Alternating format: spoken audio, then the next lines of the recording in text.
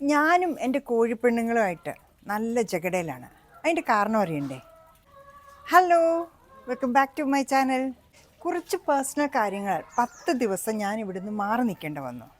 10 ദിവസം കഴിഞ്ഞ് തിരിച്ചു വന്നപ്പോൾ ഒരൊറ്റ മുട്ട പോലുമില്ല. അവർ മുട്ടയിടും, അത് അവർ തന്നെ കഴിക്കും. ഇതായിരുന്നു ഇവിടുത്തെ സിറ്റുവേഷൻ. അങ്ങനെ ഞാൻ പലരെയും വിളിച്ച് ചോദിച്ചു, ഇനി എന്ത് ചെയ്യും? ഇവർ മുട്ട കുടിക്കുക തന്നെയാണ്, ഇടുന്നത് അറിയാതെ മത്സരിച്ചോടി വന്നാണ് പൊട്ടിച്ച് കുടിക്കുന്നത്. ഞാനിവിടെ ഇല്ലായിരുന്ന ദിവസങ്ങളിൽ ഇവർക്ക് നമ്മുടെ കോഴിത്തീറ്റ മാത്രമാണ് കൊടുത്തിരുന്നത്. അപ്പോൾ കാൽസ്യം സപ്ലിമെൻറ്റ് കൊടുത്തിരുന്നില്ല. ഒടുവിൽ ഞാൻ അതിൻ്റെ റൂട്ട് കോസ് കണ്ടുപിടിച്ചപ്പോൾ അതായിരുന്നു കാര്യം.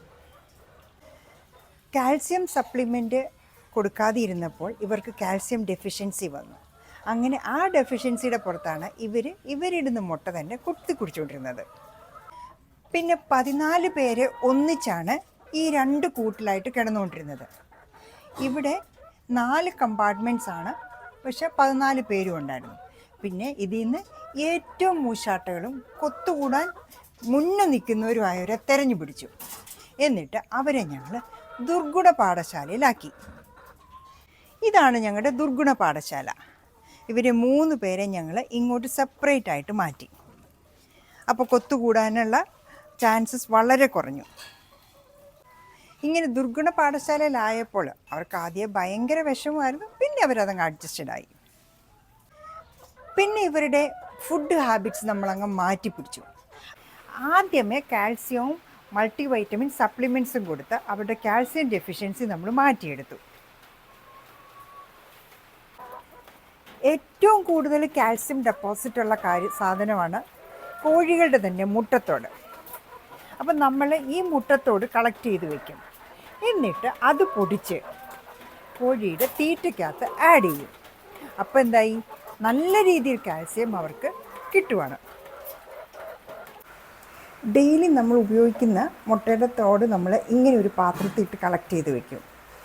ഈ പാത്രത്തിൽ നമ്മൾ ചെറിയൊരു ഹോൾ ഇട്ടിട്ടുണ്ട്, കാരണം എയർ കയറി ഇറങ്ങണം. അല്ലെങ്കിൽ ഒരു ദിവസം കഴിഞ്ഞാൽ മതി, മുട്ടയുടെ വേസ്റ്റ് കിടന്നാൽ പുഴു ഉണ്ടാകും.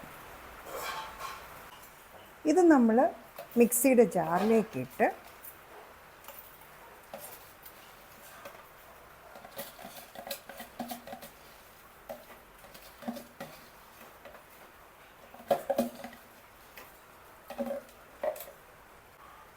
മിക്സിയുടെ ചെറിയ ജാറിനകത്തോട്ടിട്ട് നല്ല രീതിയിൽ പൊടിച്ചെടുക്കും.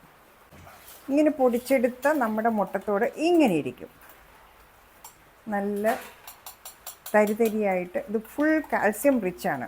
ഇതിൽ കൂടുതൽ എന്ത് കാൽസ്യം സപ്ലിമെൻ്റ് അവർക്ക് വേണ്ടത്? അപ്പോൾ ഇത് കൂടെ നമ്മൾ കോഴിയുടെ തീറ്റയുടെ കൂടെ മിക്സ് ചെയ്യും.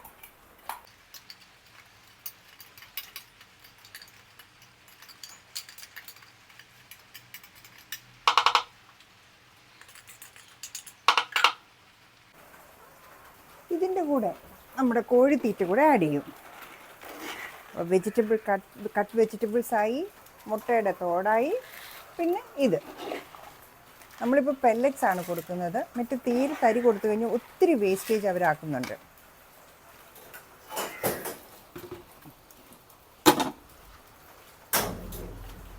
ഇതിനെ എന്നിട്ട് നമ്മൾ അടിയിൽ നിന്ന് മിക്സ് ചെയ്യും. അപ്പോൾ വെജിറ്റബിൾസും മുട്ടത്തോടും പിന്നെ നമ്മുടെ കോഴിത്തീറ്റയും കൂടെ ഒന്നിച്ചാവുകയാണ്. ഇങ്ങനൊരു ഫുൾ വൈറ്റമിൻ കാൽസ്യം മിക്സറാണ് അവരുടെ തീറ്റ.